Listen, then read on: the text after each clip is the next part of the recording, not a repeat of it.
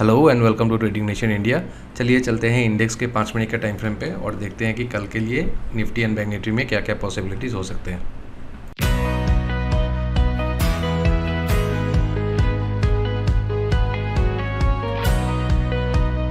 तो आज निफ्टी में एक गैप डाउन ओपनिंग हम लोग को देखने को मिला था। फिर निफ्टी ने अपना जून महीने का जो प्रीवियस लो था 16450 वो टेस्ट किया और उसके बाद प्राइस ने अपना डायरेक्शन ऊपर की तरफ हम लोग को दिखाया।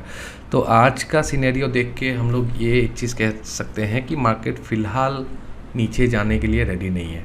तो आज जैसे ही लो टेस्ट किया वहीं से बुल्स ने ओवरटेक किया और प्राइस को ऊपर लेके ऑलमोस्ट 16500 के ऊपर प्राइस ने क्लोजिंग दिया है। तो अगर अभी हम लोग आवरली चार्ट अगर देखें तो आवरली चार्ट में भी आपको एक चीज़ क्लियरली दिख रहा होगा जो मैंने आप लोगों को पहले बैंक निफ्टी में ही बताया था। तो प्राइस एक टाइम तक एक डाउन ट्रेंड में चल रहा था, फिर उसके बाद हम लोग को एक बेस देखने को मिला। तो ये एक जोन था जो काफ़ी हद तक एक रेजिस्टेंस का काम कर रहा था, फिर उसके बाद एक गैप अप ने उसको तोड़ा है। ठीक है, तोड़ने के बाद प्राइस अभी कंसिस्टेंटली इसके ऊपर सस्टेन कर रहा है। तो फिलहाल अभी तक मैं अगर आप लोगों को बोलूँ तो प्राइस एक रिवर्सल साइंस हम लोगों को दिखा रहा है निफ्टी में।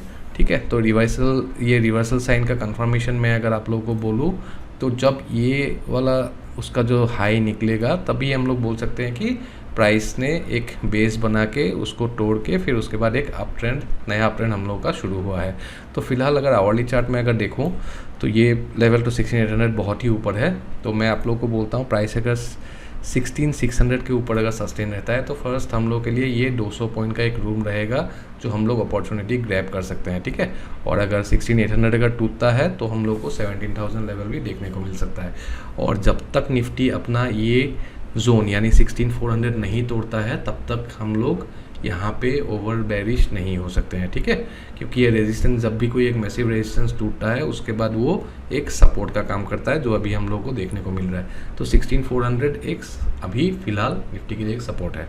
ठीक है, फॉर बाइंग साइड में अगर बोलो 16600 के ऊपर बाई कीजिए, 16800 तक का एक 200 पॉइंट्स का रूम है।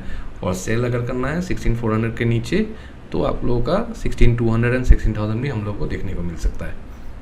तो अभी देखते हैं बैंक निफ्टी में आज का बिहेवियर कैसा रहा। तो आज बैंक निफ्टी इंडेक्स का एक गैप डाउन ओपनिंग हम लोग को देखने को मिला था, लेकिन खुलते ही बैंक निफ्टी इंडेक्स में एक बाइंग कैंडल बना, उसके बाद ये लो फिर से टेस्ट हुआ और फाइनली बैंक निफ्टी इंडेक्स का डायरेक्शन ऊपर की तरफ ही रहा। ठीक है, तो आज भी जैसे हम लोग आप लोग को बोलते हैं कि जब भी कोई एक मैसिव डाउन ट्रेंड रहता है उसके बाद रिवर्सल हमेशा बहुत ही मैसी रहते हैं, वहाँ पे बाइंग अपॉर्चुनिटी बहुत ही कम रहते हैं। ठीक है, तो ये चीज़ आप लोग को पता होना चाहिए कि कब बाय करना है कब बाय नहीं करना है। और अगर पता नहीं है तो please join trading nation India, वहाँ पे हम लोग बताते हैं कि what to do and what not to do when it comes to index trading. ठीक है, तो अभी आवरली चार्ट अगर देखें तो सेम जैसे ही मैंने आप लोग को निफ्टी में बताया था, तो यहाँ पे भी बैंक निफ्टी इंडेक्स का एक 34800 जो लेवल था काफ़ी टाइम तक ये एक रेजिस्टेंस बना था और उसने एक मूव से वो रेजिस्टेंस तोड़ दिया। बैंक निफ्टी इंडेक्स ने अभी तक ये लेवल तोड़ा नहीं है, लेकिन एक साइकोलॉजिकल लेवल के आसपास बैंक निफ्टी इंडेक्स सपोर्ट ले रहा है। तो आप मान के चलिए 35000 एक साइकोलॉजिकल लेवल है। तो प्राइस अगर 35000 के नीचे आता है तो आप लोगों के लिए एक 200 पॉइंट का एक रूम रहता है 34800 कि ये लेवल टेस्ट करने आ सकता है। तो 35000 से 1000 के ऊपर फ़िलहाल मुझे शॉर्ट नहीं दिख रहा है। और अगर मैं बाइंग साइड अगर बोलूँ तो प्राइस अगर 35500 के ऊपर सस्टेन रहता है तो ये रेजिस्टेंस टेस्ट करने जा सकता है। ठीक है, तो रेंज आप लोगों के लिए क्लियर है, बाइंग 35500 के ऊपर एंड शॉर्ट 35000 के नीचे। ठीक है, तो आज यहीं पे Nifty and bank Nifty index analysis खत्म होता है।